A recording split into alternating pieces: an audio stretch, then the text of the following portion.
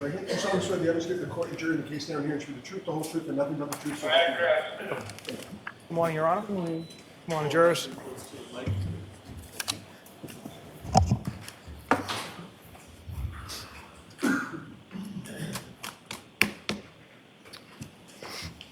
All right, Mr. Lally, whenever you're ready.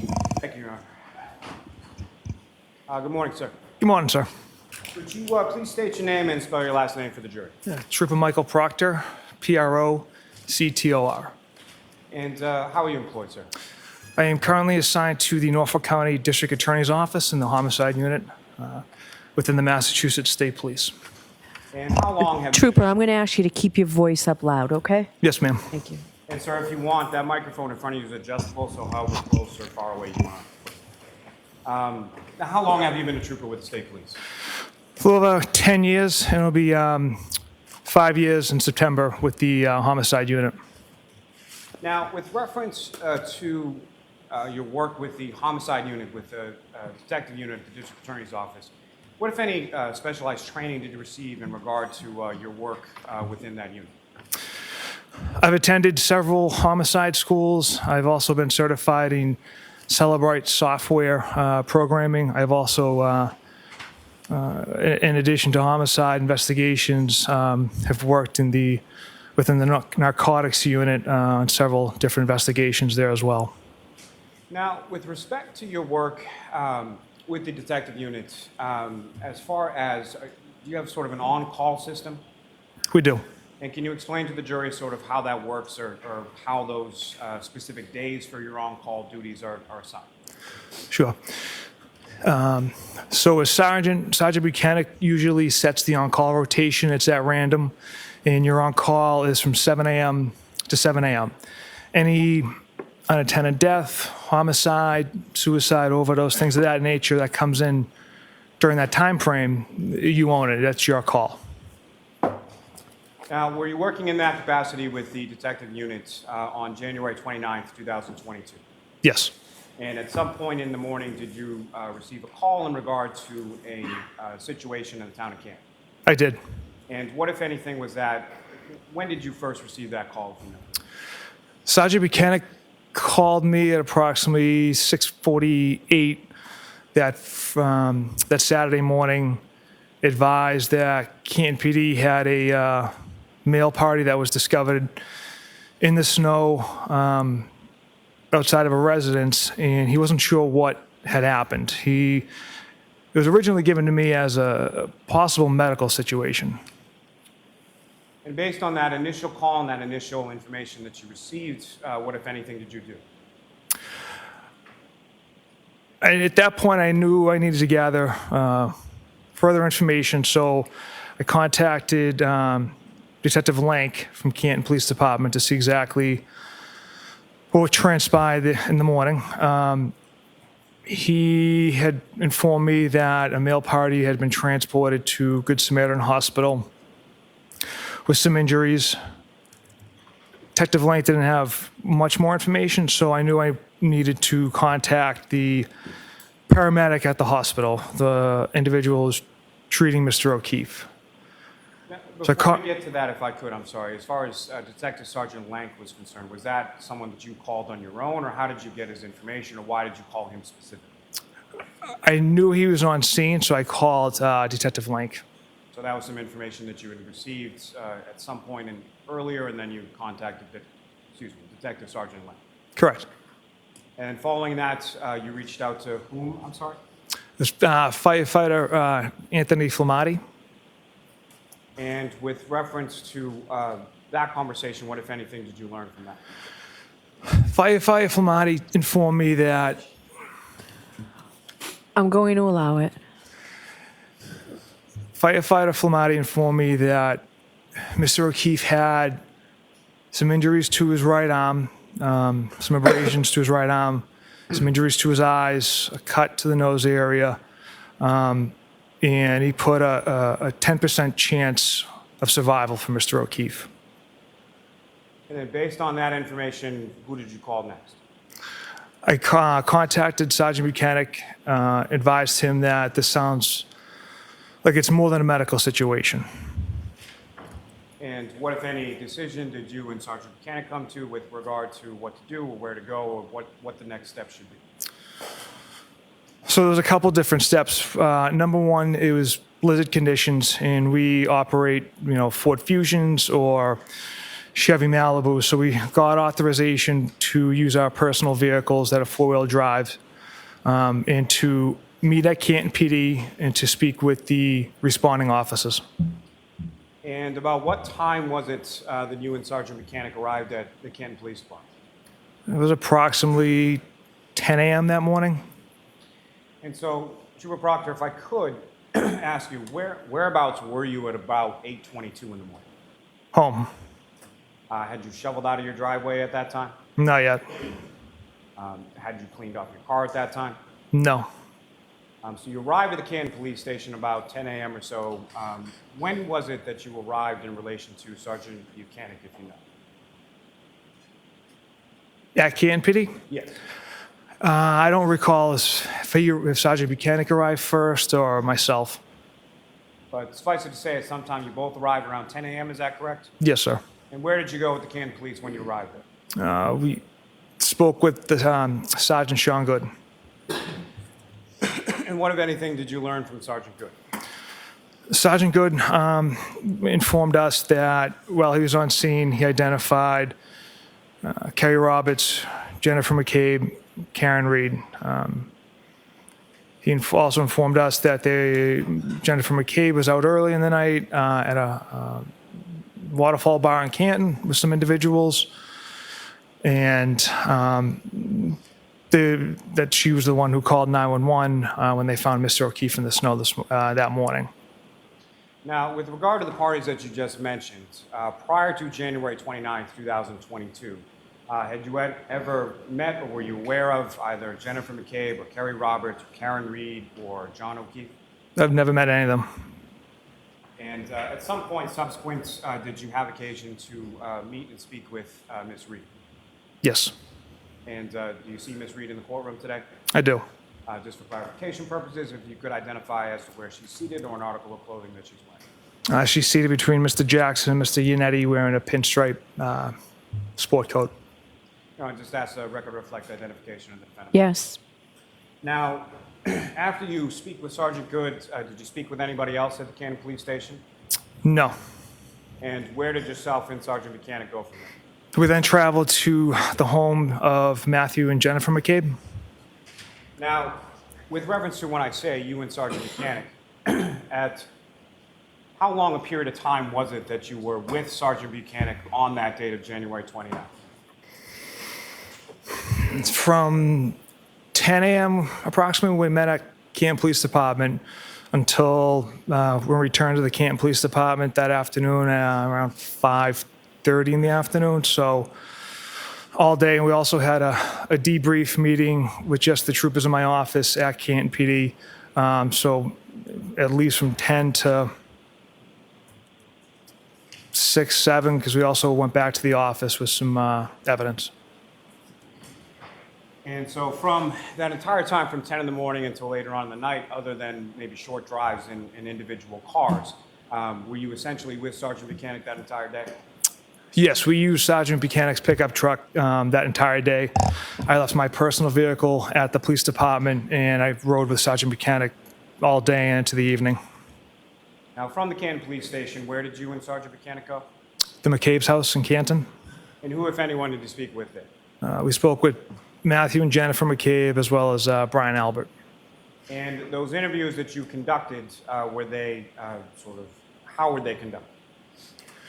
One-on-one, Sergeant Buchanan and myself kind of rotated out Jennifer, Matthew, and Brian. So first we interviewed Jennifer, and then once that was completed, we had her step out, go to a separate room, brought in Matthew, and then the same thing with Brian.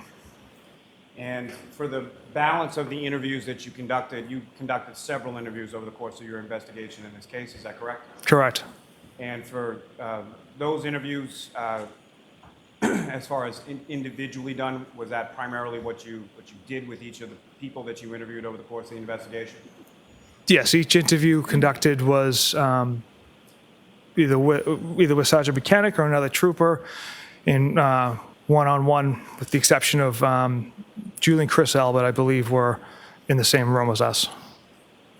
Now, with respect to, I believe you just answered it, but as far as each of the interviews that you conducted over the course of your investigation, was it at any point in time, was there an interview that you conducted just by yourself? There was just one. And who was that one that you conducted by yourself? That took place just at the grand jury across the street.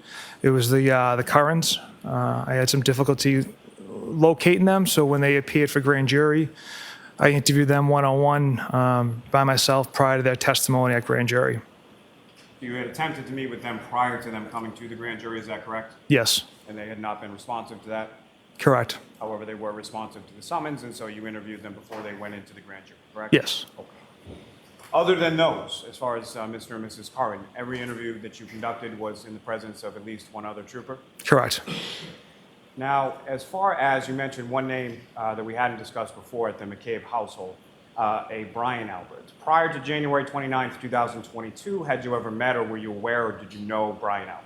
I never met Brian Albert until that interview. Now, following the interviews that you conducted at the McCabe household, where did you go from there? After the interviews at the McCabe household, Sergeant Buchanan and I traveled to Good Samaritan Hospital for two reasons. One, we knew Miss Reed was there receiving treatment for Section 12. And two, we wanted to view Mr. O'Keefe. And when you arrived at the Good Samaritan Hospital, was the defendant, Miss Reed, still at that facility at that time? We had spoke with the security staff at Good Samaritan Hospital. They informed us that Miss Reed was released. I'll allow it, just as to where you went. That Miss Reed was released several hours prior to our arrival.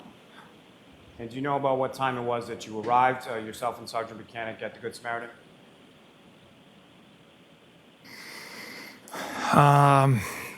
Maybe approximately 1 o'clock. And you mentioned there was a second reason, and that was to view Mr. O'Keefe, correct? That's correct. And did you have occasion, or did you have a chance to view Mr. O'Keefe's body at the Good Samaritan? We did. And where was that within the hospital? That was in the emergency room.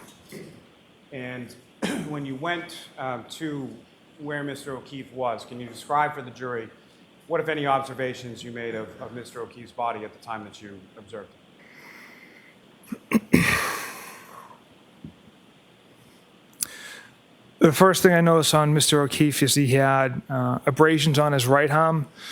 On the top of his right arm, there's approximately 6 to 8, ranging from his forearm to his lower bicep. There was no injuries underneath that forearm. Both eyes were swollen and black and blue. He had a cut on, I believe it was his right nostril. Another smaller cut, I believe it was on his left eye.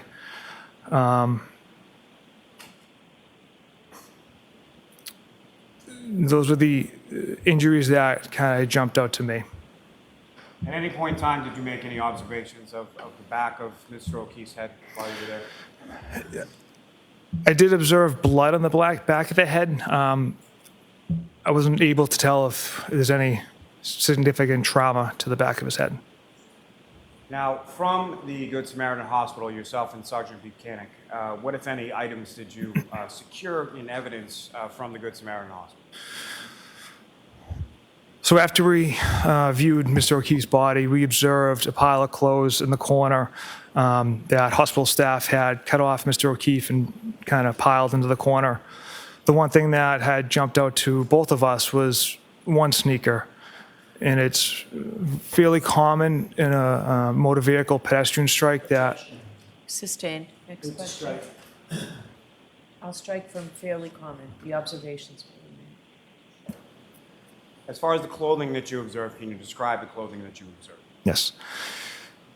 We observed one black sneaker with the Nike logo, a pair of blue jeans, a belt, boxer shorts, an orange T-shirt, and a two-tone gray,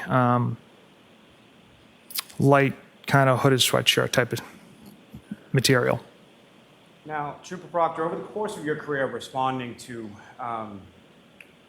unattended deaths or death investigations as a member, as a detective of the unit, how many of those have involved situations where a pedestrian was struck by a motor vehicle?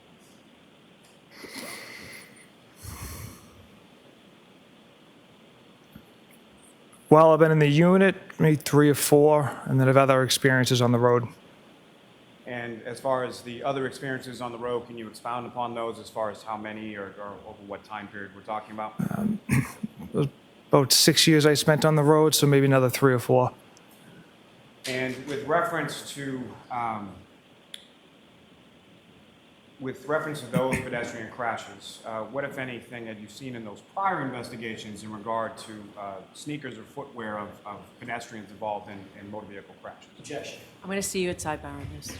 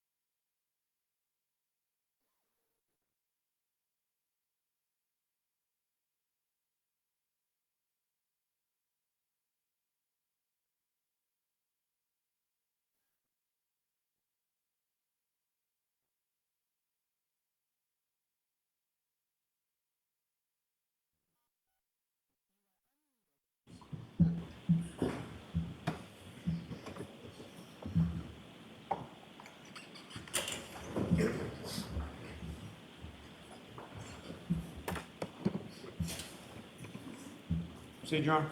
Yes. Now, with reference to your prior experience with pedestrian crashes involving motor vehicles, what, if any, observations have you made on those prior occasions in regard to the footwear with respect to the pedestrians in motor vehicle crashes? In those experiences, I've observed one, if not both, pieces of footwear remained at the point of impact. And so with respect to your observations of the clothing, there only being one sneaker of Mr. O'Keefe's property, what, if any, significance did that have to you as far as the sort of steps you took subsequent in your investigation? That was just a little piece of evidence that Sergeant Mechanic and I picked up, that only one piece of footwear revealed the potential of a vehicle strike. Now, in addition to, Sergeant Mechanic is one of your supervisors within the detective unit, is that correct? Yes, And is another one a Lieutenant Brian Tully? that's correct. Now, with respect to the one sneaker that was found in Mr. O'Keefe's property, what, if anything, with regard to that, did you communicate to Lieutenant Tully? Objection. As to how it goes to the investigation, Yes. I'll allow it. So Sergeant Mechanic and I informed DLT Tully that there was one shoe at the hospital. And with respect to Detective Lieutenant Tully, are you aware that subsequently in the afternoon that there was a search that was conducted in the area of 34 Fairview Road where Mr. O'Keefe was found? Yes, And are you aware of what, if anything, was recovered in the area where Mr. O'Keefe was found on that day? Objection. I'll allow it as to the investigation. yes. And what are you aware of? We were informed, Sergeant Mechanic and I were informed that SIR team and Detective Lieutenant Tully discovered a black Nike sneaker with a white swoosh logo that was a match to Mr. O'Keefe's shoe at the hospital. Now, from these items of clothing, I'm sorry, let me just let the siren move on.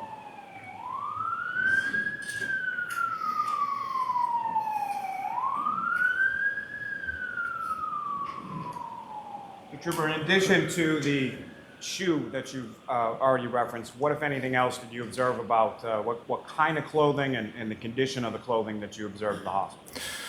The clothing seemed, it was wet. It was pretty well saturated. The right sleeve had some like cuts to it, like tears to it. There's like blood and vomit on it, if I recall. Those were the observations I had made of the clothing. And they had been cut due to rendering first aid as well, the pants area. Now, subsequent to viewing these clothing items at the hospital at a later time, did you have occasion to observe surveillance video from a variety of places on the evening of January 28th into the early morning of January 29th depicting Mr. O'Keefe? Yes. And what, if anything, did you note with regard to the clothing that you observed at the hospital and the clothing that you observed in the video? So the videos I reviewed at C.F. McCarthy's bar and the Waterfall bar were the same clothes Mr. O'Keefe was wearing that Sergeant Mechanic and I had secured at Good Samaritan Hospital.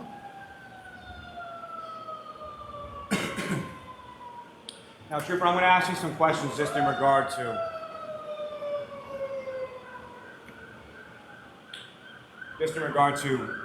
securing these items specifically as evidence, but in general terms as far as securing items and evidence within your unit.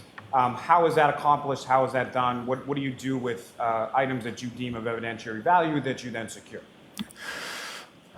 Generally, if we take an item for evidence, we'll put it in a brown paper bag, document it, time, date, who secured that item, address, where it's discovered, and then we'll bring that back to our office, to the evidence processing area.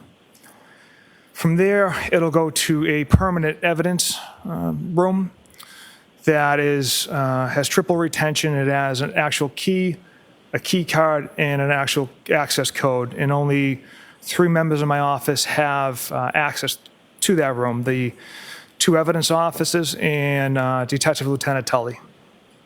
And at this time, on January 29th, 2022, who was assigned as the evidence officers who had access to that room? So that'd be Trooper David Achico and Trooper Jeffrey Kukowski. Did either yourself or Sergeant Buchanan have any access to that evidence storage? No. Now, with reference to these items that were seized and, say, items that were seized subsequent during the course of your investigation, did they go through that same sort of evidentiary storage process that you were speaking about before? Yes. Now, with reference to, in addition to the clothing items, at some point did you come into possession and seize Mr. O'Keefe's phone? Yes. And do you recall where it was that you received or retrieved Mr. O'Keefe's phone from? We received it at the Canton Police Department. And was that prior to you going to the Good Samaritan? After, I believe. After. So following the Good Samaritan, where did you go from there? So after the Good Samaritan Hospital, Sergeant Buchanan and I traveled to 345 Country Hill Drive in Dighton. And why did you go to that location? That was the residence of Miss Reed's parents' home, and having a brief conversation with Miss Reed on the phone, she informed us she was at her parents' house. So you had called Miss Reed, spoken to her, and informed her that you were coming there to speak with her, correct? Correct. And just as you had done with Ms. McCabe, Mr. McCabe, you spoke to Ms. Reed within her home? Yes. And who, if anyone else, did you reach out to on your way there with regard to local law enforcement as you were driving to Dighton? We contacted the Dighton Police Department just for a couple of reasons. One, it's a common courtesy. If we're in another town, we just kind of give the local PD a heads up. But also, we needed to coordinate a plow truck and potentially a tow truck as well. And why did you need to coordinate those things? At the time, there must have been at least a foot of snow on the ground, more. and it was a dead-end cul-de-sac, so which made it difficult to navigate. So we requested the plow to clear a path for Sergeant Buchanan and I to get down the roadway, as well as clear the driveway of the residents, so the tow truck could pull into the driveway. Now, as far as the drive from Good Samaritan, that's in Brockton, is that correct? Yes. As far as the drive from the Good Samaritan in Brockton to the defendant's parents' home in Dayton, about how long a drive was that, and how would you describe the weather conditions along the way? Yeah, the weather conditions were whiteout, high winds, blizzard conditions. We had to travel very slow. It was almost about an hour to get there. And when you arrived there, you were in Sergeant Buchanan's truck, is that correct? Correct. And where did Sergeant Buchanan position the truck in relation to the house at 345 Country Hill? From what I recall, Sergeant Buchanan went down the cul-de-sac and turned around, and he actually had to let me out first because of the high snowbanks, and then he parked kind of along the snow, pointing essentially to Mr. Reed's house. And at some point, did members of the Dayton Police come along and join? Yes. And do you recall who those people were? I believe one of the officers' last name was Barros or Barrios. And had you ever met that officer before? No. Now, with respect to the home, had you and Sergeant Buchanan approached the home at any point prior to the Dayton Police showing up? I can't recall if, no, they had arrived first before we approached the home. And when you approached the home, you went, what did you traverse? How did you get from the street to the home? We walked down the driveway, and then we observed Miss Reed's Lexus parked in the driveway, the front of it facing one of the garage doors. And that's when we observed the broken taillight on the right side of the vehicle. We then proceeded to the front door. The snow was about up to our waist, and knocked on the door and was greeted by Mr. Reed. So as you're walking up the driveway towards the home, you see Ms. Reed's vehicle, is that correct? Yes. And that's a vehicle that you later subsequently found to be registered to Ms. Karen Reed, is that correct? Correct. Your Honor, may I approach? Yes.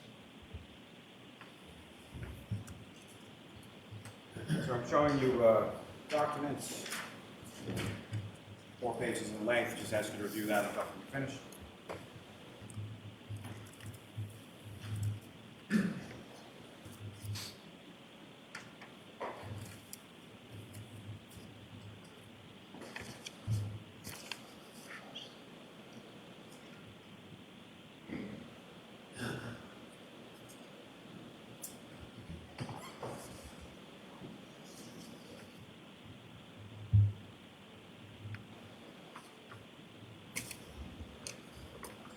And do you recognize that document, sir?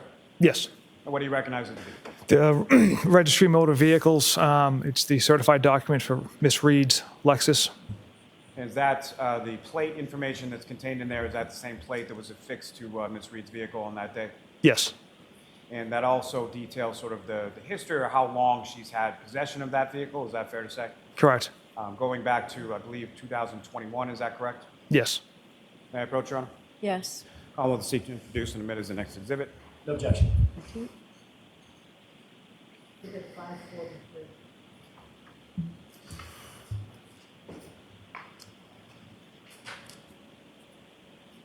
Now, with respect to Ms. Reed, at some point you go into the house, is that correct? Yes. And how do you enter into the defendant's parents' home? So Sergeant Buchanan and I, after we had knocked on the front door, Mr. Reed directed us around the corner, opened up the garage door for us, and invited us in. Now, if I could take you back to, I'm sorry, just as far as when you're coming up the driveway and you're passing by the defendant's vehicle, you mentioned some damage that you observed to the right rear passenger side area, is that correct? Yes. Can you describe to the jury what it was specifically that you observed as far as damage to that area of the vehicle? Yeah, the right rear taillight had essentially large pieces missing from it. so you proceed inside the home, and where is it that you're directed, and where is the defendant? We're invited into a large living room area. Miss Reed is seated on a couch, and her parents, William and Janet, are present for the conversation and kind of standing off to the side. And that conversation goes on for approximately how long? Approximately half hour, 40 minutes. And when you terminate that conversation, you come back outside of the home, is that correct? Yes. And where is the vehicle at this point? That is being put on the tow truck. Now, in addition to the defendant's vehicle, what, if anything else, was taken and seized as evidence from the defendant on that morning? After confirming the phone Miss Reed was holding was, in fact, hers, we told her we were seizing the phone and we'd be writing a search warrant for that. Now, during the course of the conversation that you and Sergeant Mechanic had with the defendant that afternoon at her parents' home in Dayton, were there some questions in relation to contact information for other people that were at bars or different establishments the night before? Yes, we asked Miss Reed specifically for some of the friends that Mr. O'Keefe was with at C.F. McCarthy's. One person in particular was Michael Camerano. So we observed Miss Reed enter the passcode on her phone, retrieve Mr. Camerano's phone number for us, provided to us, and that just further confirmed that was her cell phone. Now, through your training experience, when a cell phone is seized from a person, what, if anything, is it that you do with regard to that cell phone to preserve the information on? Well, the first thing we do is we put it in airplane mode, and then we give it to a cell phone expert in our office, Trooper Nicholas Garino, and he essentially tries to access the data in that phone once a search warrant is obtained. Now, as far as putting that cell phone in what you described as airplane mode, what is the purpose of that? It's to avoid if someone wants to go on a tablet or a laptop and access the information on their phone, and they can start deleting stuff off their iCloud. This prevents that. So you secure the phone, you secure the vehicle on the tow truck, and then where did you and Sergeant Mechanic go from there? We follow the tow truck from the address in Dayton to the Canton Police Department. We're secured in the Sallyport Bay. And if you know approximately what time was it that you arrived at the Canton Police Department and secured the defendant's vehicle in the Sallyport Bay?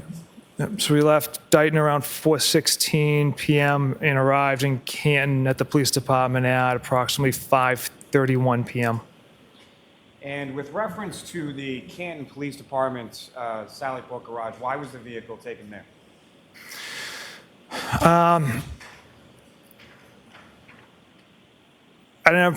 I wasn't part of that decision, but it's my understanding that it was a heated facility.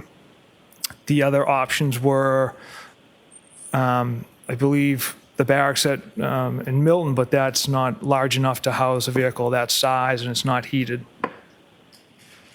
And in regard to the heated, what was the sort of purpose or utility of storing it in a heated setting? Miss Reed's vehicle was covered with snow and ice at the time. It was transported from Dayton to Canton. And with regard to the Sallyport garage area of the Canton Police Department, at some point were you inside that area? Yes. And what, if any, observations did you make as far as the temperature or the heating within that facility? I don't remember the exact, I couldn't put a ballpark on temperature, but it was certainly warmer than outside. Now, as far as the vehicle was concerned, either on scene, either in Dayton or at the Sallyport garage, or at any point in time that you were in the presence of that vehicle, what, if any, contact did you have? What, if anything, did you do or observe Sergeant Mechanic to do with regard to that damaged area you described on the right rear passenger side? Yeah. Sergeant Mechanic and I never touched any part of that vehicle. And as far as the moving it from sort of the tow truck into the Sallyport area, how was that accomplished? The tow truck driver removed it from the tow truck and pulled it into the Sallyport Bay. Now, as far as prior to leaving that Sallyport area of the garage where the vehicle was, what, if anything, did you and Sergeant Mechanic do with reference to securing that vehicle or coordinating it off in any way, shape, or form? We tried to set up a perimeter as best we could using caution tape, and just kind of sectioned it off with caution tape. Now, at some point, you leave the Sallyport area, the Canton Police Station, and where did you go from there? We had a debrief meeting, so there's other troopers. There's troopers at scene on 34 Fairview Road. There's other troopers conducting interviews. So at the end of the night, members of my office met in a conference room at the Canton Police Department to exchange information as far as what everyone had learned throughout the day. And as far as that meeting is concerned, that's just troopers from your unit, from your office, is that correct? That's correct. And so there were no members of the Canton Police Department that were present for that, is that correct? No, correct. And do you know why that was? They had taken a step back from the investigation. They weren't going to participate in any interviews or anything of that nature. And how was that communicated to you and Sergeant Mechanic? The best of my recollection was that debrief meeting that we were informed that essentially Canton PD would be taking a step back from the investigation, and that now this is just solely a Norfolk State Police investigation. So before we get to sort of the debriefing and all that's covered in that, as far as when you're on call, you get a call for any kind of sort of homicide or unattended death or anything like that. You then become what's called a case officer for that investigation, is that correct? Correct. And can you describe for the jury sort of what the duty or the role is of the case officer vis-a-vis the rest of the members of the unit? So essentially, a case officer is more of a facilitator. You kind of delegate out tasks, coordinate interviews. The case officer isn't the sole decision maker. I have supervisors. I have that we bounce ideas off of. I get feedback from. I also keep them updated. It's a collaborative effort in each investigation. We're a small office, so when a homicide comes in, everyone essentially drops what they're doing, and we all work on it together. So it's a collective effort to work on these cases, and essentially a case officer is just kind of the record keeper of all the reports that come in and video that comes in. But when it comes down to decision-making time, it's a group effort. Now, with reference to that collaborative effort that you were just discussing and this sort of debriefing meeting, so there were other troopers doing other things or other tasks throughout the course of the day of the 29th, correct? Yes. And so what was sort of the purpose of or not specifically what was discussed, but in general terms, what was discussed during the course of this debriefing?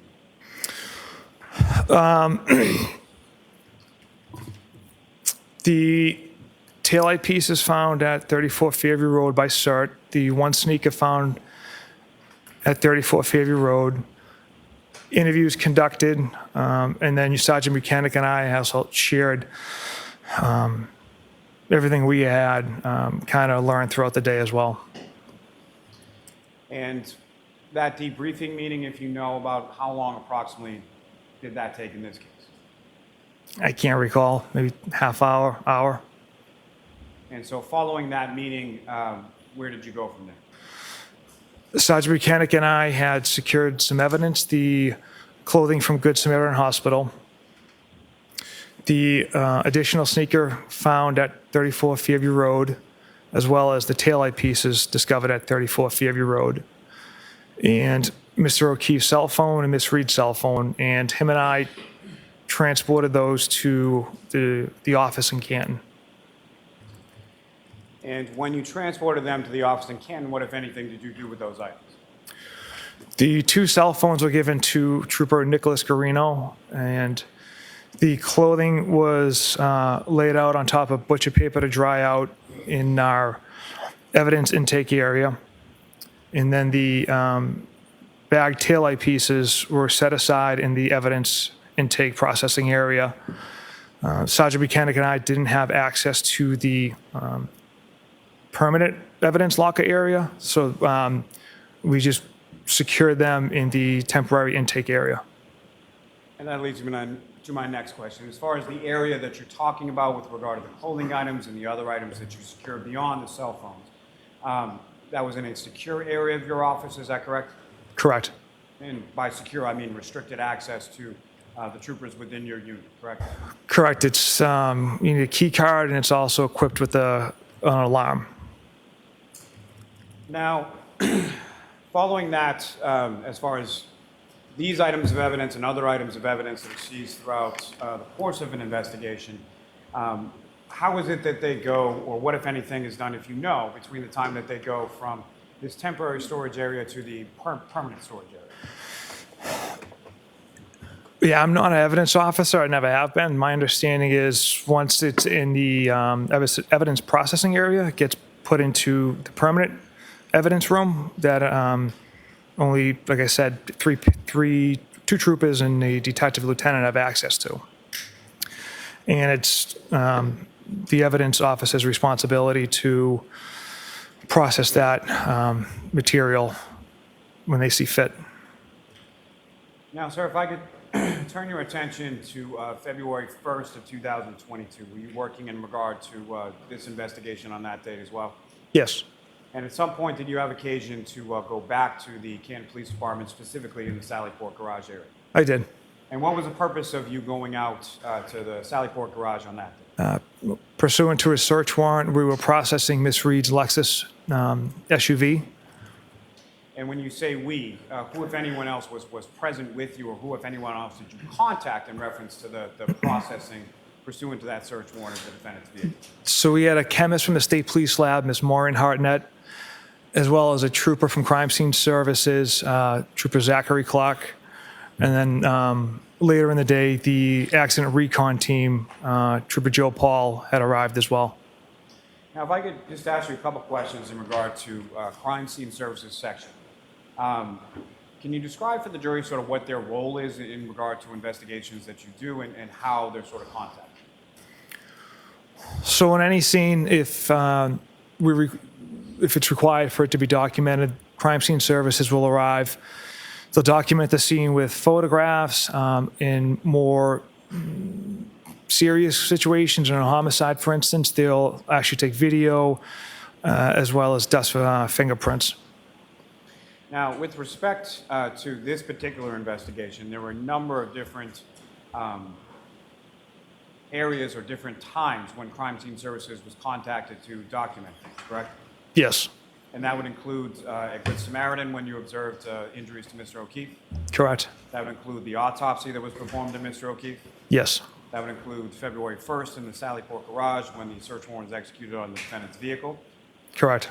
That would include subsequent searches that occurred at Fairview Road, is that correct? Yes. And with respect to each of those instances, if you know, was it ever the same trooper from Crime Scene Services section that came out and memorialized each of those respective areas? Yeah, it was a different trooper each time. And is that something that you or any member of your unit has any control over whatsoever as far as who shows up from Crime Scene Services to memorialize or document a scene? No. Now, with respect to the search warrant execution on February 1st, what I want to ask is between the time that you were in the garage on January 29th, 2022, and the time that you're there for the search warrant execution on February 1st, had you been in that Sallyport area of the Canton Police Station at any time in between? No. Now, with respect to the taillight area on the passenger side of the defendant's vehicle, what, if any, differences or what, if anything, do you note sort of between your observations of the taillight on the 29th versus your observations on February 1st? Yeah, the only difference from the 29th to the 1st was snow and ice had melted from the taillight. So as far as the condition of that particular taillight, was it in essentially the same condition that you observed it on the 29th when you observed it on the 1st? Yes, it was still broken and large pieces missing from it. But as far as the broken status of it and the pieces that were missing, was it any more broken or any more pieces missing from it when you saw it on the 1st versus when you saw it on the 29th? No.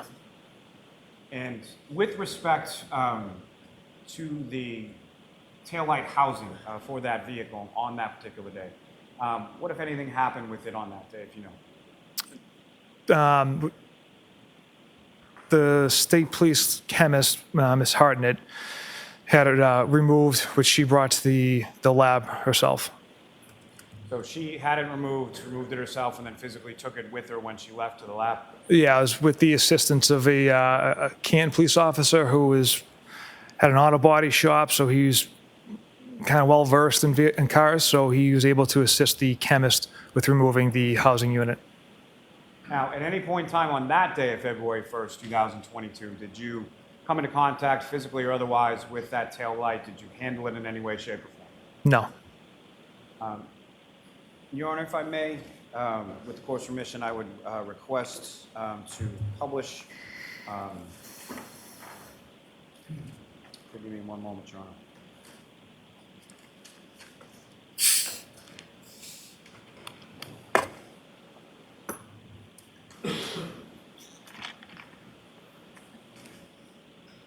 If I may have one moment, Your Honor. Yes.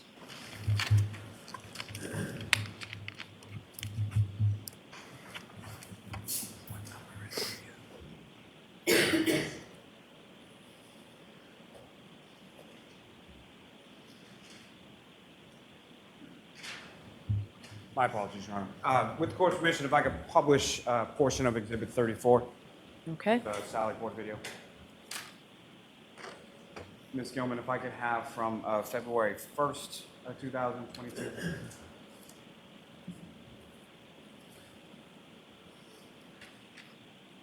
At approximately 9:12 a.m.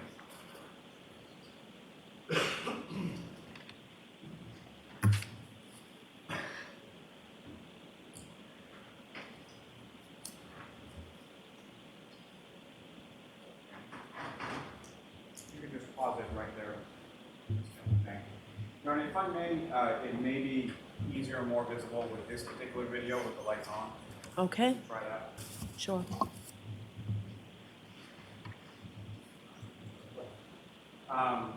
Trooper Proctor, directing your attention to what's up on the screen is Exhibit 34. Do you recognize what's depicted on the screen? Yes, that's the Sallyport area, Canton Police Department, and Miss Reed's Lexus kind of roped off with yellow caution tape. And this is the execution of that search warrant that you were speaking about before, as far as your presence and some of the other members of the state police and the state police lab that you were talking about. Correct. And Ms. Gilman, if you could run from here for just a few minutes.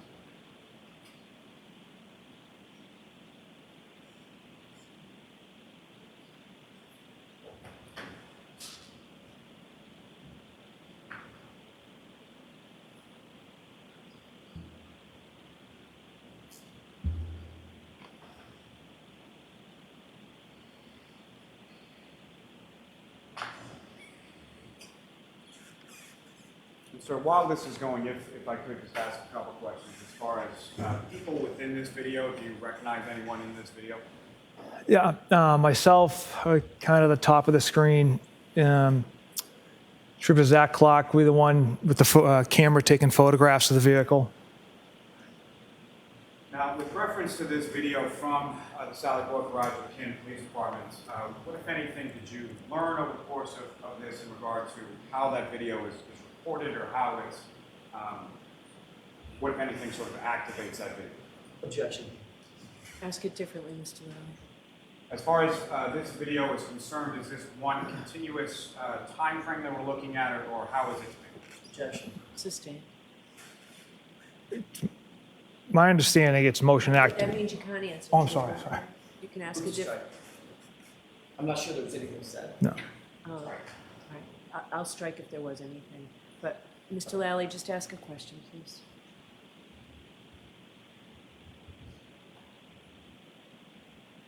With respect to this video, as far as the recording is set up, how is that activated, or how does it record? Objection. Same question. Yeah. How does he know that? It's sustained. Have you watched this video or other videos from the Canton Police Department, Sallyport Garage? Yes.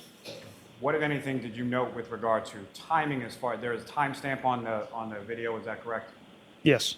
And what, if anything, did you note with regard to the timestamp on this video or the other videos that you observed with regard to how time moved throughout the video? The timestamp on the video tends to pause, indicating it's motion activated. Last one. It tends to pause, I'll strike after.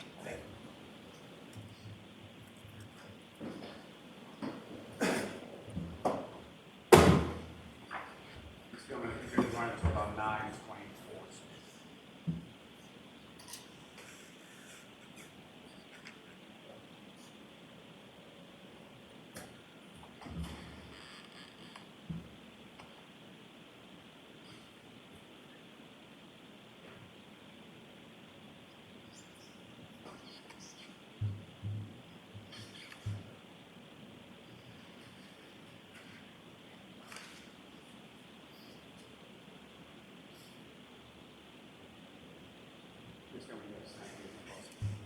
Ms. Gilman, you can take that down. Thank you very much. Now, Trooper, with regard to that taillight that was then taken by Ms. Hartnett to the lab, is that correct? Yes. And at some point, that was returned to the custody of the state police, your detective unit? Correct. And do you have that taillight housing with you today in court? I do. And, Your Honor, with the court's permission, if the trooper could retrieve that? Okay? May I approach, Your Honor? Yes. Probably be easier that way. Sir, you can stay right there.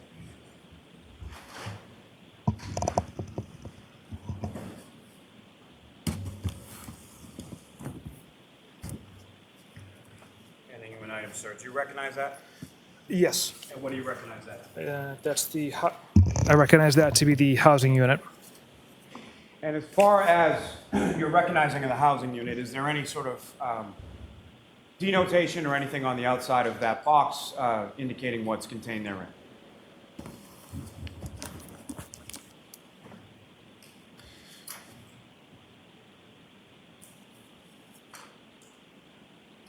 There's a State Police Crime Lab sticker with the number associated with it.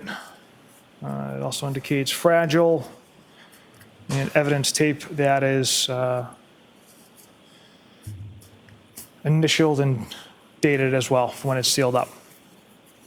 And the sticker also says passenger side TA, indicating taillight. Thank you, sir. Your Honor, with the court's permission, I would seek to admit and introduce that as the next exhibit. Do you want it out of the box first, Mr. If Jackson? we could just take a quick look at it. Sure. Sure. With the court's permission, if the Yes.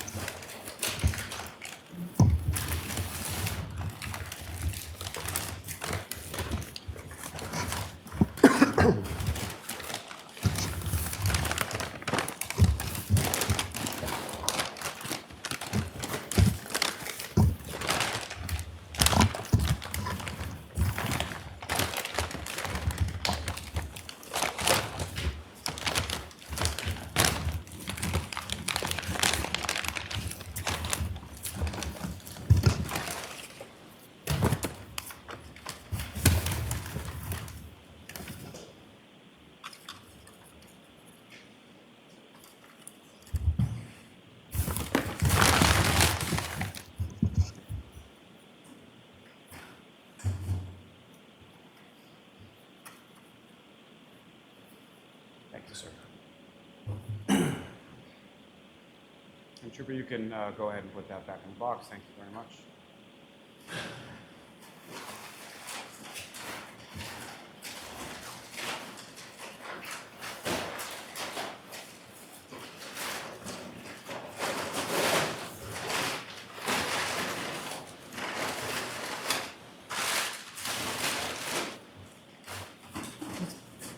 it on the bag.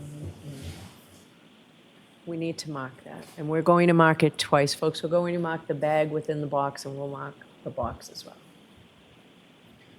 They will both do 544.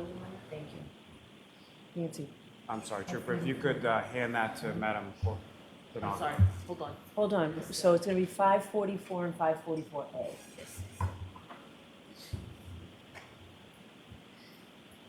Your Honor, may I inquire, is the A the light and the 44 is bag? We're not even putting it right on the light because it's broken. Understood. So we're putting 544 on the bag, 544A on the box. Understood, thank you. What are we doing? Could you put that on the bag, please, sir?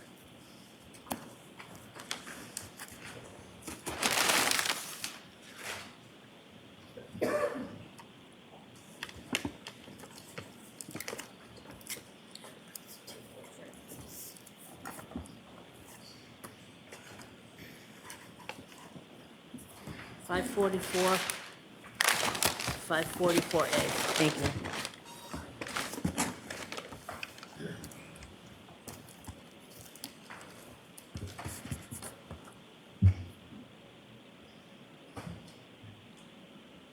Trooper, with respect to that item that's just been marked as evidence, is that essentially the condition that you observed it in both on January 29th and February 1st? Yes. Yes. Your Honor, with the court's permission, if I could ask just to publish what's been marked as Exhibit 147. Okay.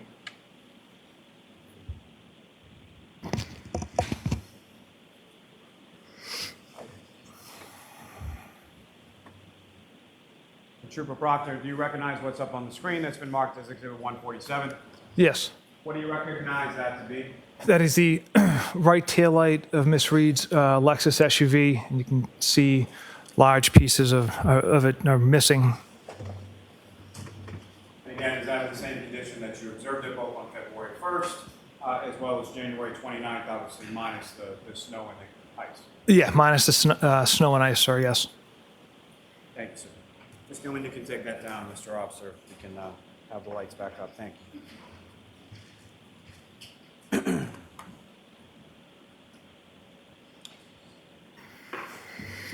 Now, if I could turn your attention to February 3rd of 2022. In the morning hours of that date, where did you go in regard to this investigation? Sergeant Mechanic, Trooper David Achico, and myself went to 34 Fairview Road along with Trooper Evan Brandt from Crime Scene Services to essentially dig out the snow in pursuit for more evidence. Now, as far as you mentioned, as far as dig out the snow in pursuit of other evidence, what, if any, tools or implements did you and the other troopers bring with you in order to effectuate that on February 5th? We just had kind of standard snow shovels. And with respect to that, as far as going back to 34 Fairview Road, and let me clarify as far as that's concerned. Prior to that date of February 3rd, 2022, had you been to 34 Fairview Road at any point in time in the course of your investigation? No, So that morning of February 3rd, that's the first time that you went. correct. Now, with respect to, is that, how many times did you go to the area of 34 Fairview Road over the course of the next sort of days and weeks in regard to potential recovery of items? So February 3rd, I retrieved items on the 8th, the 11th, and 18th, and it was out there on the 10th with Sergeant Mechanic as well.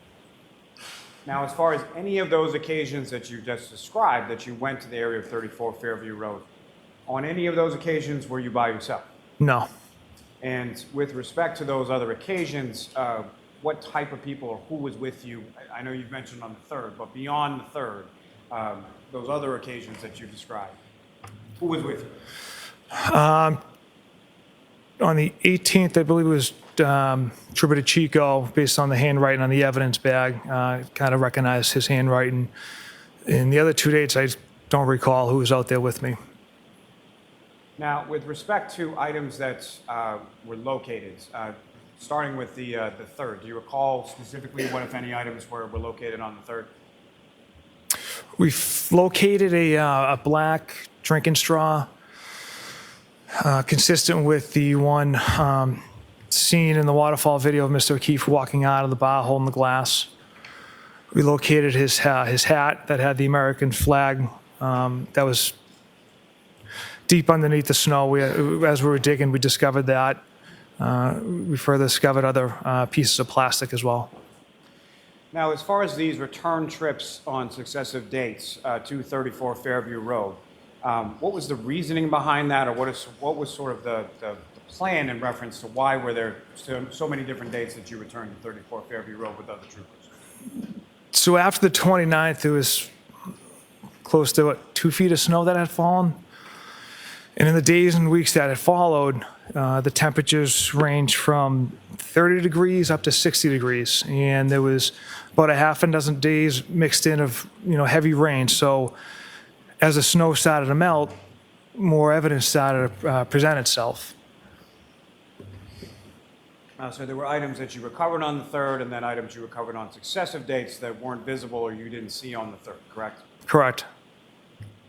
Now, if I could, keeping you on February 3rd, you mentioned that there was Trooper Evan Brent that was present with you during the search on that day as well. Yes. Now, in addition to going to 34 Fairview Road, where else did yourself and Trooper Brent go on that particular day? We traveled to One Meadows Ave, Mr. O'Keefe's residence. And is that the first time that you had been to One Meadows Ave or Mr. O'Keefe's residence? Yes. Now, with respect to that residence, why is it that you and Trooper Brent went there on February 3rd? We wanted to document Mr. O'Keefe's vehicle to show that there was no damage to it, as well as the garage doors. And why did you want to document that? During the review of Mr. O'Keefe's ring video, particularly the one above the garage that displays the driveway, on the 29th at approximately 5:07 a.m., Ms. Reed's pulling her vehicle out of the garage door, backing up towards Mr. O'Keefe's vehicle, and comes extremely close, if not slightly hitting the vehicle. So we wanted to at least go document that there was no damage to Mr. O'Keefe's car. And Your Honor, with the court's permission, if I could publish that for the jury as far as what's been marked as Exhibit 6, Video 153. Okay.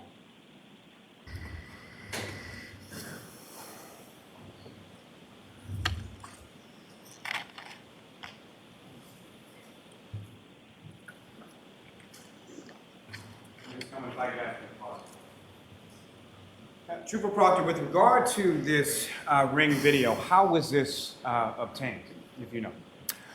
So we first observed it through Mr. O'Keefe's cell phone on the Ring app, and then I wrote a search warrant for Ring itself. And as far as the videos that you received from Ring, did they match what was on what was viewable being the Ring app on Mr. O'Keefe's cell phone? The videos on Mr. O'Keefe's app, yes, it was what Ring produced, matched. So as far as any videos that were present that you received pursuant to the search warrant, or any videos that were not present, that was consistent with what you observed on Mr. O'Keefe's app on his phone? Yes. Now, Ms. Gilman, if you could press play from here.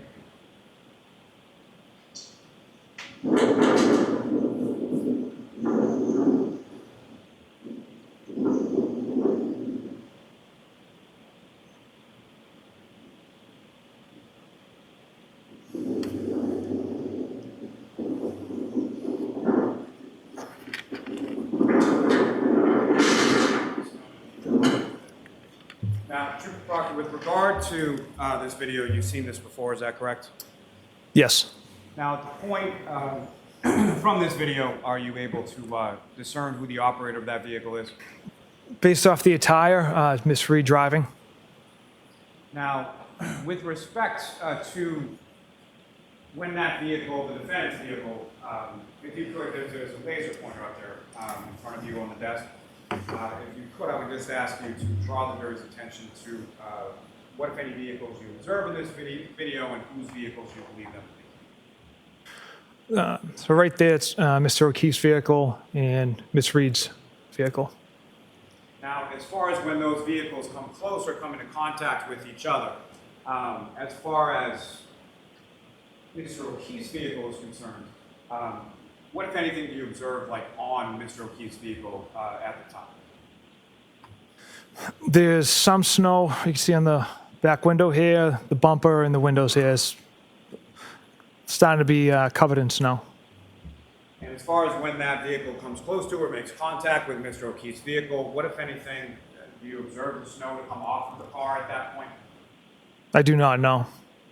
Now, with reference to the back area of Mr. O'Keefe's vehicle, specifically in the area of the ground, as far as that area on the ground, what, if anything, did you observe in reference to any red pieces or any pieces of taillight or plastic or glass or anything in that area that you observed on this video? So this area here is, you can see the white snow. There's no red pieces of taillight, which would show up in the contrast of the white snow. Please tell me if you could run it from there for a moment.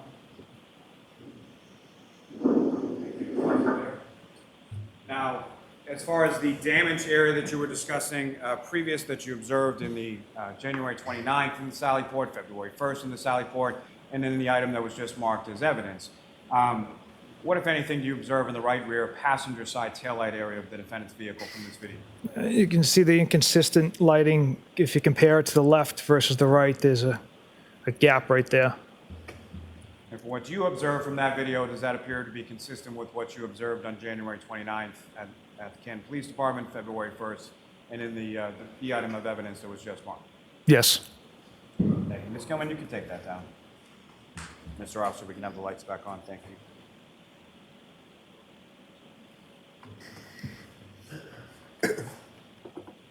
Now, sir, you proceeded to 1 Meadows Ave for the first time on February 3rd, is that correct? Correct. And Trooper Brent from Crime Scene was with you and took some photographs, is that correct? Yes. Your Honor, may I approach? Yes.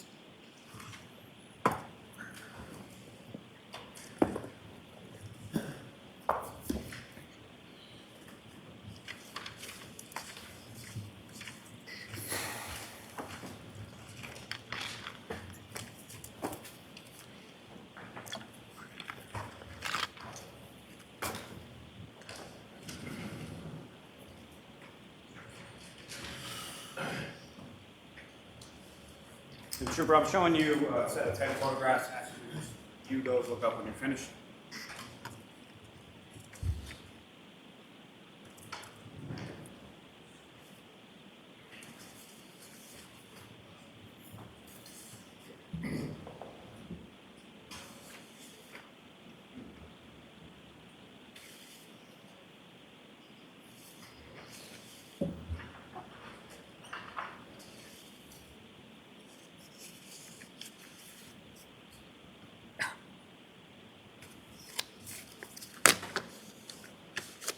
And Trooper, just generally speaking, do you recognize what's depicted in those photographs? Yes. And what do you recognize them to? The first picture is the front door of Mr. O'Keefe's house, and it's also Mr. O'Keefe's Chevy Traverse. May I approach, Your Honor? Yes. I'll seek to introduce and admit as the next 10 exhibits. No objection. Okay.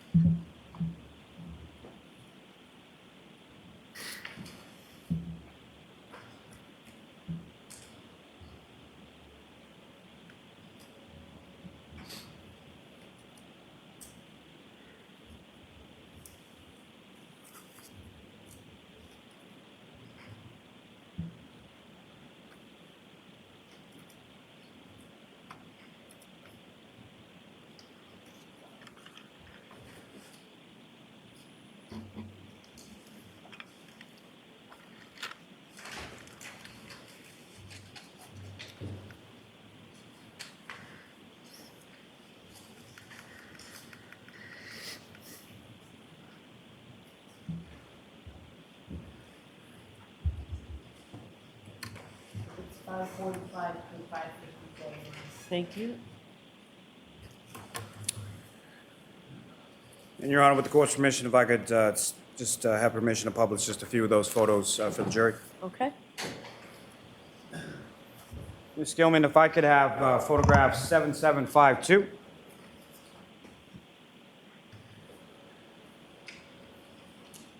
And Trooper Proctor, do you recognize what's up on the screen? It's now been marked as Exhibit 546. Yes, Mr. O'Keefe's Chevy Traverse vehicle. And with respect to this particular foreground here, if you could describe to the jury what we're looking at there. So that is Mr. O'Keefe's driveway. You see two garage doors there that lead into the house. And above those garage doors is the Ring camera. Now, with respect to the rear of Mr. O'Keefe's vehicle, from your viewing of the video from Exhibit 6, from the Ring video, video number 153, if you could, using that laser pointer, direct the jury's attention to where it is on this vehicle that there's contact, if any, between Ms. Reed's vehicle and Mr. O'Keefe's. It would have been in this general area here. And as far as your observations on that date, February What's the, 3rd, hold on. May we approach briefly? Okay.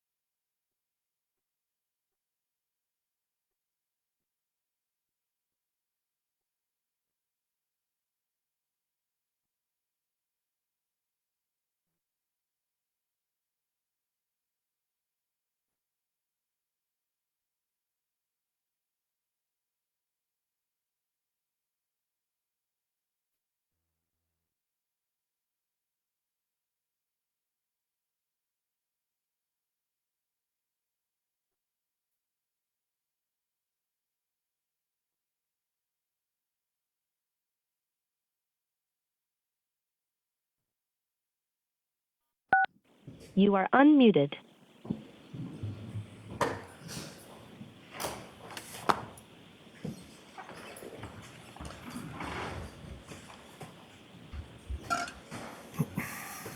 Trooper, when you were in the driveway of Mr. O'Keefe's residence on February 3rd, 2022, you had occasion to make observations of Mr. O'Keefe's vehicle, is that correct?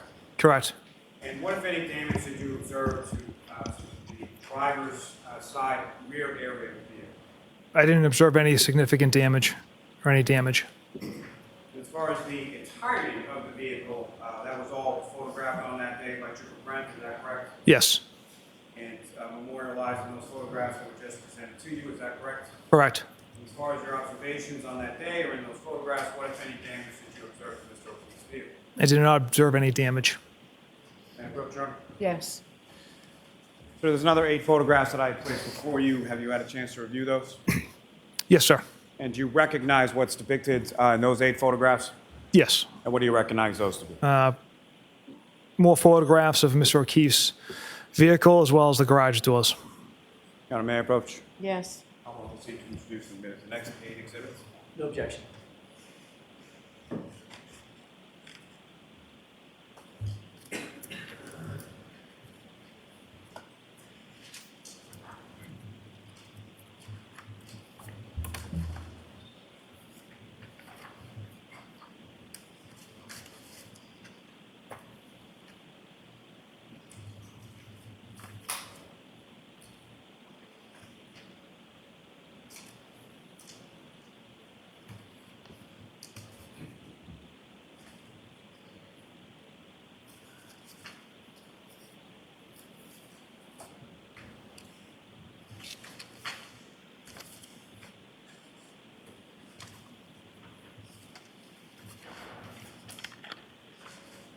Exhibits 555 and 562 now. Thank you. Your Honor, with the court's permission, if I could publish just a few of those to the jury as well. Okay. Ms. Gilman, if I could have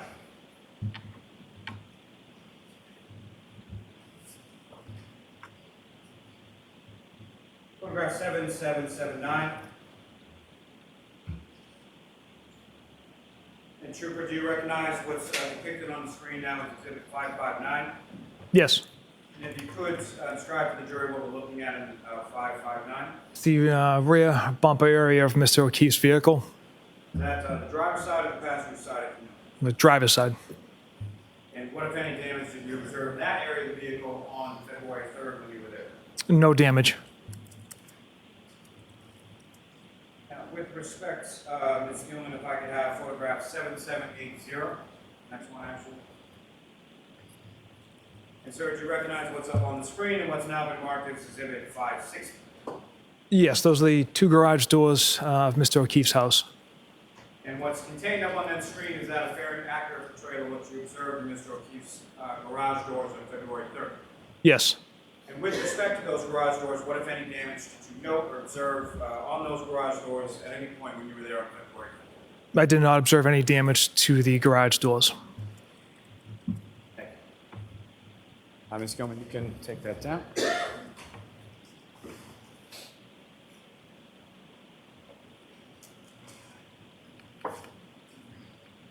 Now, Trooper Proctor, subsequent dates following February 3rd, specifically February 8th, 11th, and 18th. Did you have occasion to return to 34 Fairview Road on those days?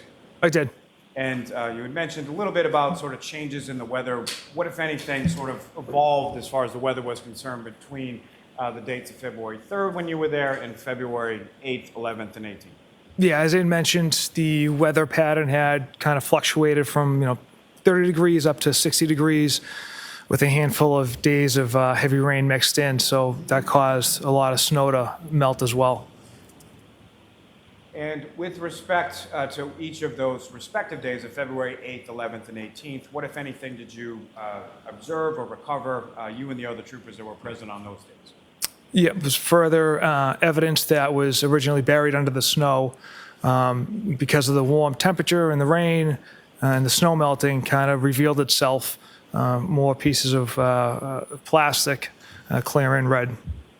Now, with respect to the residence at 34 Fairview Road, each of these times that you were at the residence, including February 3rd, where in relation to the house were these items observed and recovered by you and the other troopers on those respective days?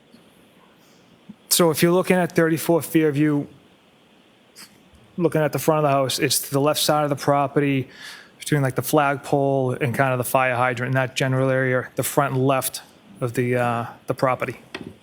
Now, with regard to these 3 subsequent dates, as far as February 8th, 11th, and 18th, these items that were observed and recovered on those dates, where were they in relation to the roadway? Where were they in relation to the hydrant, the flagpole, other sort of markers in the unit?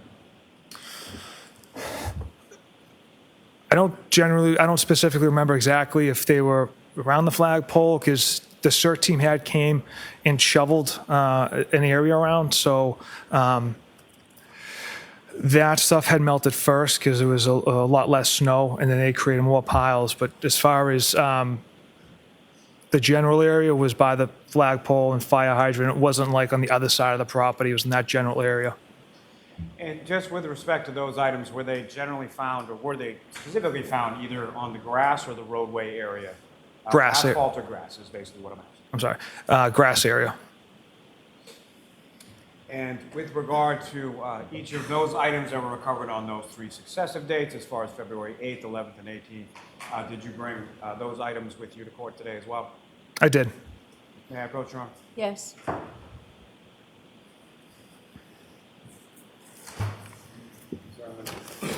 Bag. You recognize that bag, sir? I do. What do you recognize that to be? It's an evidence bag containing 3 smaller evidence bags. And with the court's permission, if you could... Hold on a second. Thank you. My apologies. Go ahead. With the court's permission, may the witness remove the 3 smaller bags from the larger bag? Yes.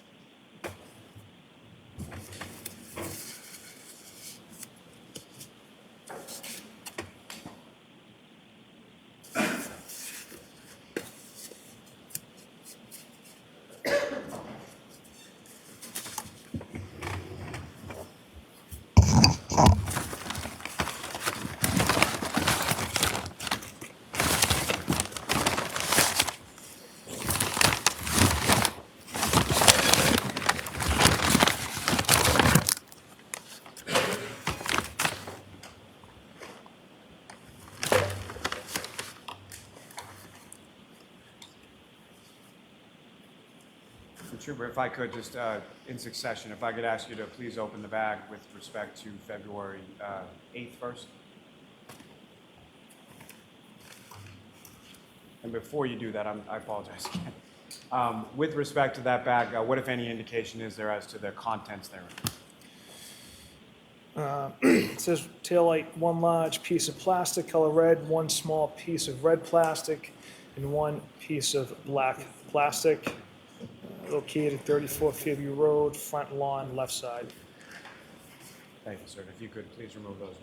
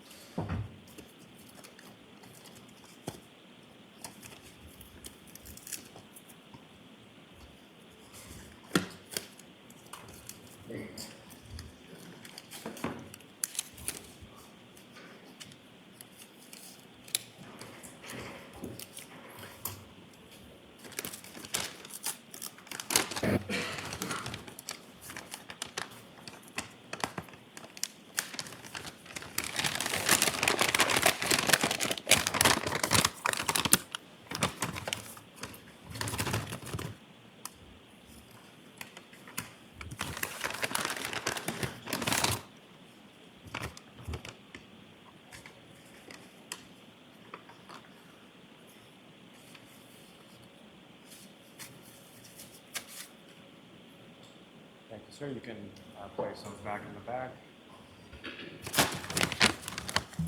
I'm off to seek to introduce this next exhibit. No objection. Okay. Exhibit 563. Sir, if I could ask you just to retrieve the bag that's marked, retrieve the bag of items that were seized on February 11th. And if you could read to the jury what the description is in regard to that evidence bag. So it's 2 on the 11th. This one is described as glass fragments. You can't tell how many pieces. It's been taped over. The second bag from the 11th says 3 pieces of clear plastic, 5 pieces of red plastic. And with the court's permission, may the witness remove those items from the back. All right.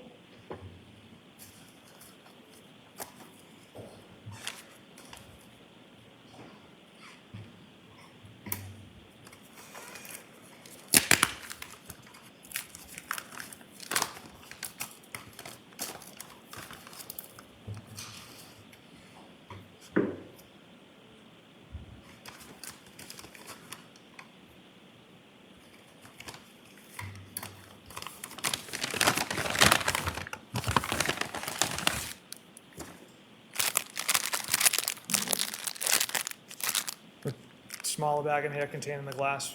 We'll cut that open as well. I think that's sufficient. All right, so Madam Clerk, are you moving to introduce it? Yes. Madam Court Reporter, any objection? We can go ahead and I open want it. to object, but I don't know what's in that thing. Go ahead and open it. Yes, Your Honor.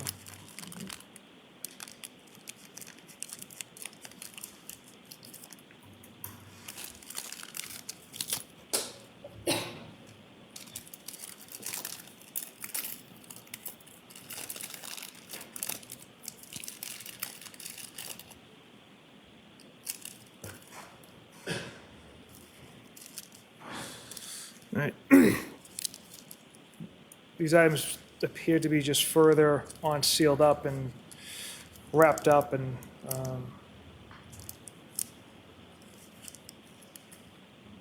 Do you want him to open every one, Mr. Jackson? May I approach? Yes. I just can't see that far.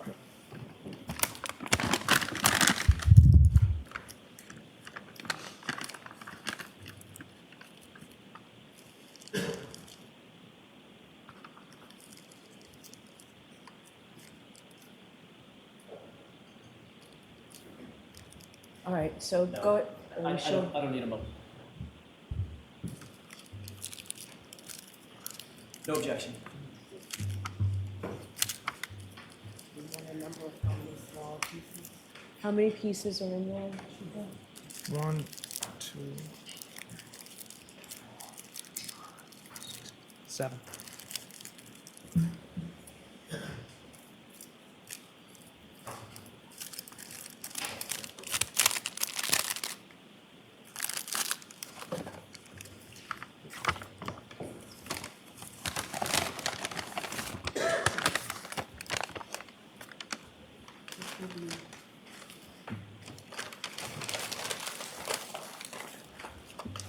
The smaller bag will be 564. Thank you, The brown bag will be 564 and thank you. containing 7 pieces.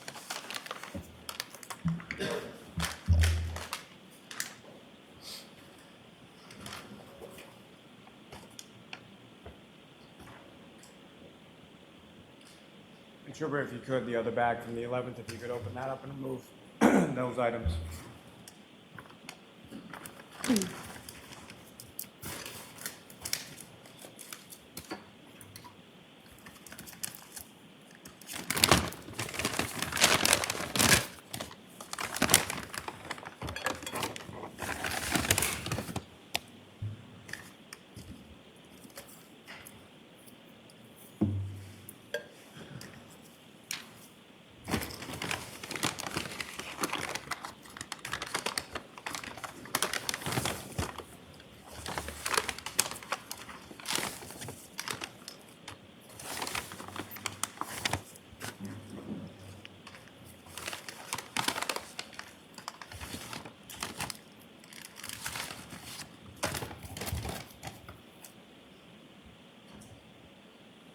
Thank you, sir. If you could put those back in the back.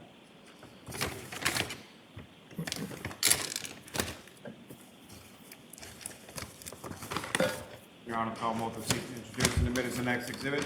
No objection. It was 565. And lastly, sir, with regard to the back from February 18th, again, if you could read to the jury what's indicated as far as the contents therein. several pieces of red and clear plastic. Your Honor, with the court's permission, may the witness remove Yes. the items.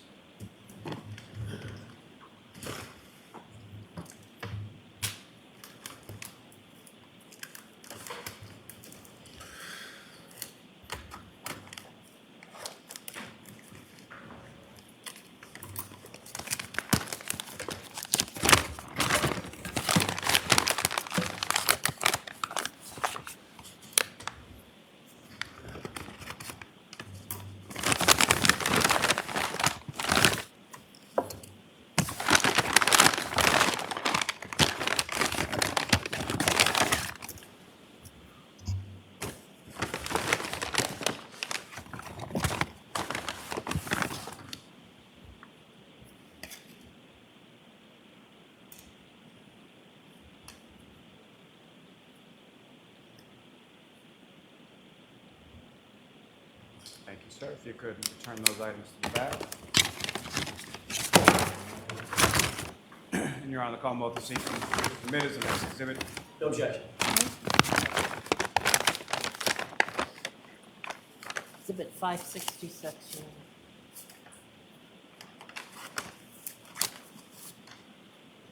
Here's the original bag.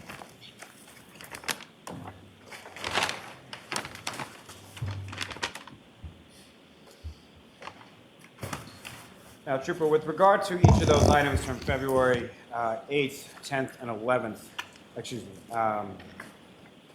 forgive me, 8th, 11th, and 18th, those are all items that you recovered from the front lawn area of 34 Fairview Road, is that correct? Correct.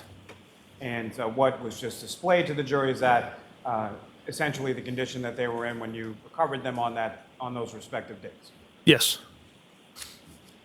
Now, if I could turn your attention just briefly regarding the search warrants in regard to the ring video from Mr. O'Keefe's house. Was that one search warrant or more than one search warrant that you did in respect to those ring videos? There was a second search warrant for the ring videos for Mr. O'Keefe's house. And if you recall, what was the general time frame that was asked for in that warrant as far as from what date to what date?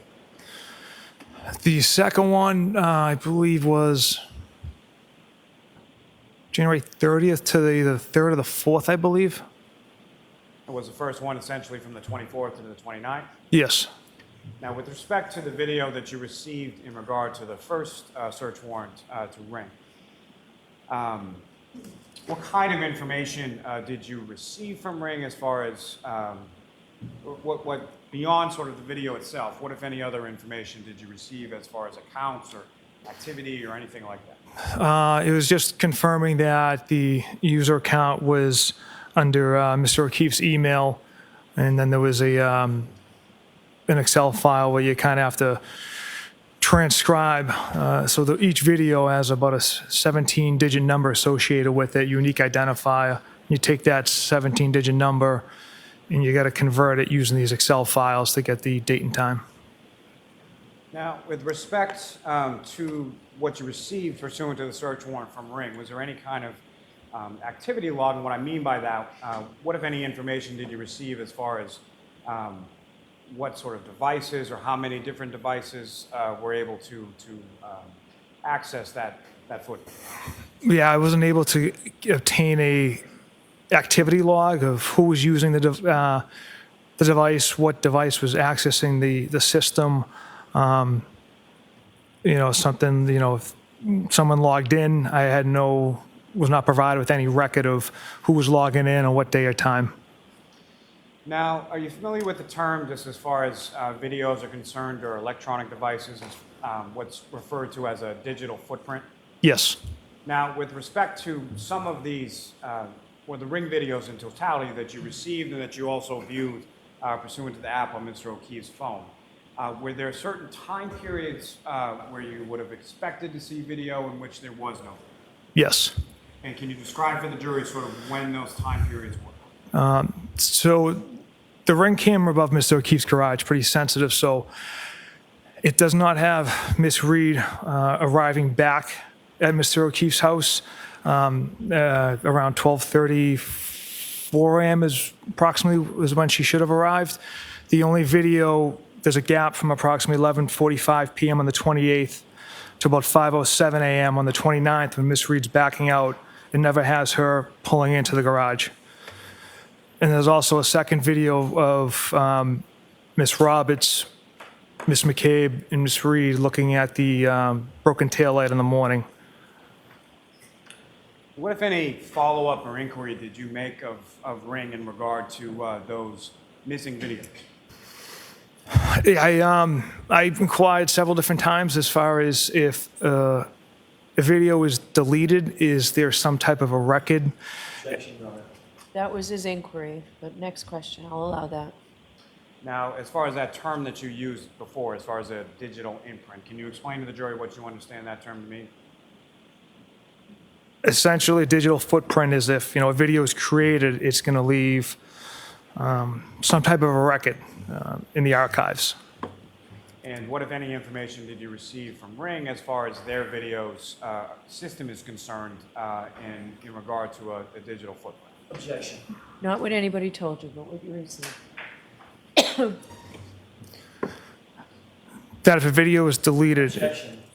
The objection sustained. Move to strike. I'm going to strike that. Upon your further inquiry of Ring, were you ever able to obtain any video from those specific sections where you anticipated video would be? no.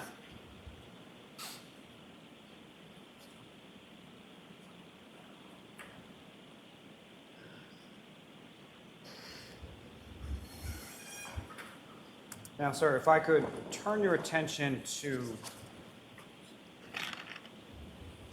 January 16th, 2024. Do you recall that date? I do not, sir. At some point over the course of your investigation, were you made aware of forensic evidence in relation to the taillight housing that was introduced earlier as an exhibit? Yes. And with respect to that, at some point, did you have occasion to meet with a Sergeant Brian Gallerani of the Needham Police Department? Yes. And where was that? In the DA's office. And who, if anyone else, involved in this investigation, as far as yourself, was Sergeant Mechanic with you there as well? Yes. And what, if anything, did Sergeant Gallerani do with respect to yourself and Sergeant Mechanic on that date in January of 2024? Sergeant Buchanan and I voluntarily provided our DNA for comparison testing. And again, taking me to my next point, that was a voluntary decision that both you and Sergeant Mechanic made as far as availing yourself or availing of that particular testing. Correct. And as far as the testing or this, do you know how that was, or can you describe for the jury sort of how that sample was collected or how it was conducted? Essentially, it's just a swab of the mouth under the tongue with like it's basically just like a little pad on a stick, and you get swabbed, and that's how the DNA or saliva is collected. And as far as those samples that were collected from both yourself and Sergeant Mechanic on that particular day, where did they go from there as far as you know? It was my understanding, went to the Bodie lab in Virginia. And I'm sorry, what I should have asked just prior to that, as far as when they left from the room that you were in with Sergeant Gallerani, did you take those swabs, or did Sergeant Gallerani take those swabs, No. or where did they go? Sergeant Gallerani took possession of those items. Thank you, sir.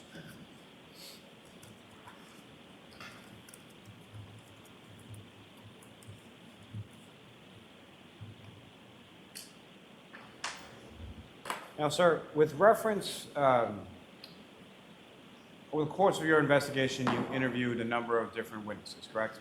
Yes. And from the witnesses that you, were there witness interviews that were conducted outside of your presence in the sense that you weren't there for those particular witness interviews? Yes. And each of the interviews that you're aware of, whether they were conducted by you or outside of your presence, were done, with the exception of the currents, done with more than one trooper present, correct? Correct.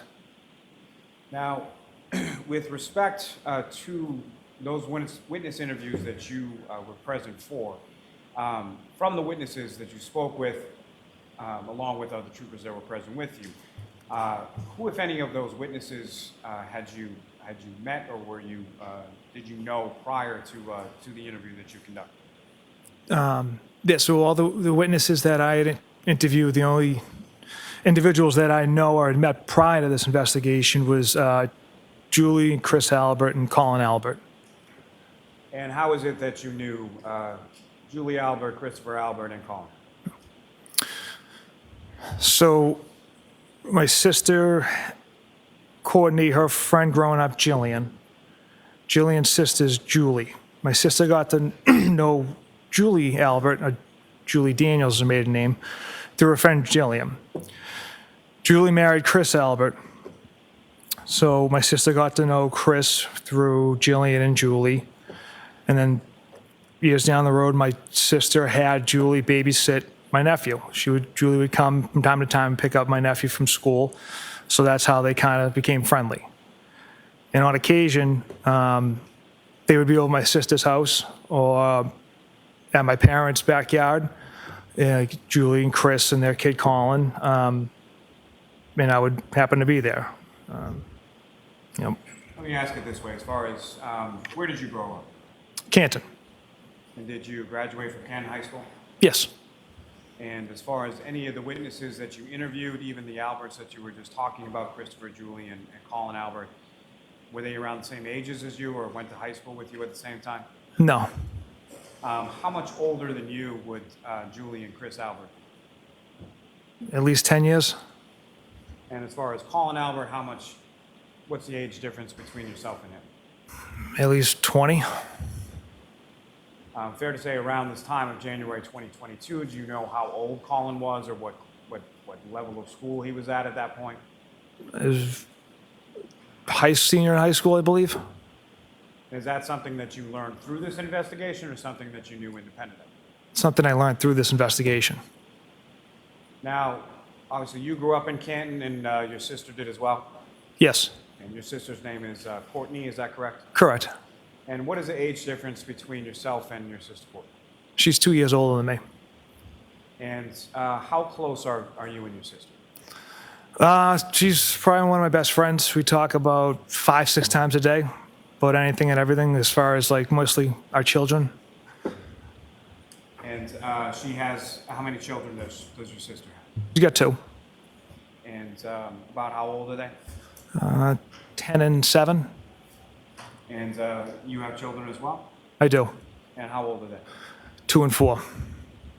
Now, with respect to the conversation that you have with your sister about 5 or 6 times a day, how do you have those conversations? Is it via voice call or in person or text, or if you know? Everything, FaceTime, phone calls, text messages. We're always kind of keeping each other up to date on mainly our kids. Now, as far as Julie and Christopher Albert, when did you interview them in relation to this incident? Sometime in February. I'd have to look at my report for the exact date. Sometime in, say, early to mid-February? Yes. Okay. And with respect to them, who, if anyone else, was present with you when you interviewed them? Sergeant Buchanan. And do you recall where the interview took place? Yes, it was at their home. Now, prior to this date that you went over to interview Christopher and Julie Albert, had you ever been over to that house before? No. Had you ever been over to any home where Christopher and Julie Albert had resided then or previously prior to that date? No. Had Christopher or Julie Albert, to your knowledge, ever been over to your house? No. Now, with respect to Christopher and Julie Albert, and Colin Albert, will throw him in there as well, how would you sort of describe your relationship with them prior to January 29th of 2022? I'd classify it as acquaintances. All right. Mr. Lally, why don't we take our luncheon break?